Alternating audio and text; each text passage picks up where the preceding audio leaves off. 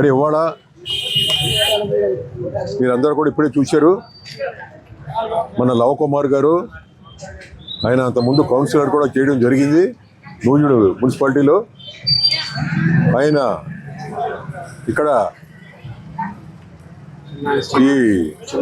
ఈ సింగు హోటల్ సెంటర్లో రాణిగారి సత్రం, దీని పేరు రాణిగారి సత్రం అంటారు. ఈ సత్రం సందులో మరి దేవుడు గుడి, ఆంజనేయ స్వామి గుడి ముందు మరి మజ్జిగ పంపిణీ కార్యక్రమం ఒకటి ఏంటంటే చేయడం జరిగింది. మజ్జిగ ఏంటంటే నిజంగా నీళ్ళ కాకుండా మంచి క్వాలిటీగా ఉంది, ఐస్తో చేసి ఉంది. ఎందుకంటే నూజివీడు పట్టణానికి ప్రతిరోజు ఎంతోమంది విలేజ్ నుంచి వస్తుంటారు. వచ్చినా వాళ్ళకి ఏంటంటే మజ్జిగ సప్లై ఎక్కడా లేదు. నిజంగానే ఏంటంటే మన లవ్ కుమార్ గారు నిజంగా ఈ ప్రాంతంలో ఇది మంచి రద్దీ సెంటర్. ఇది నిజంగానే ఏంటంటే ఎంత మజ్జిగ పోసినా, మజ్జిగ మనం తయారు చేసినా, ప్రిపేర్ చేసినా గంటలో అయిపోయేటువంటి పరిస్థితి. ఇవాళ వెళ్ళి ఓపెన్ చేసేవాడికి అప్పుడే పెద్ద దబరాలో ఉన్నటువంటి మజ్జిగ అంతా కూడా ఏంటంటే కంప్లీట్ సగం అయిపోయింది.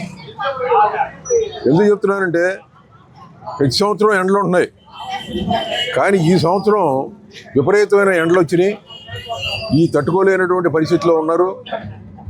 ఇవాళ నూజివీడు ప్రజలే కాదు, మన ఆంధ్ర రాష్ట్ర ప్రజలు, అదేవిధంగా సౌత్ ఇండియాలో చాలా చోట్ల వాళ్ళకి నూజివీడు టౌన్లోకి వచ్చినప్పుడు వాళ్ళు ఏదో ఒకటి వాళ్ళు ఏంటంటే అక్కడ మరి దాహార్తి తీసుకోవాల్సి వస్తుంది. కొన్ని సెంటర్లోనే ఏంటంటే మన ఏమంటారు వాటిని, మన చలివేంద్రాలు పెడతాం జరిగింది. అవి ఏంటంటే మామూలు మంచినీళ్ళు, కానీ మజ్జిగతో ఇవాళ ఏంటంటే ఈయన పెట్టారు. ఆయనకి ధన్యవాదాలు తెలియజేస్తున్నాం. అదేవిధంగా నూజివీడు వచ్చినటువంటి ప్రజలందరికీ కూడా నేను చెప్పేది ఏంటంటే మీరు రండి, ఇక్కడ రండి. ఇటు రాణిగారి సత్రం సందులో సింగు హోటల్ సెంటర్లో, ద్వారకా సెంటర్ పక్కన ఇక్కడ ఏంటంటే మజ్జిగ అవైలబిలిటీగా ఉంది.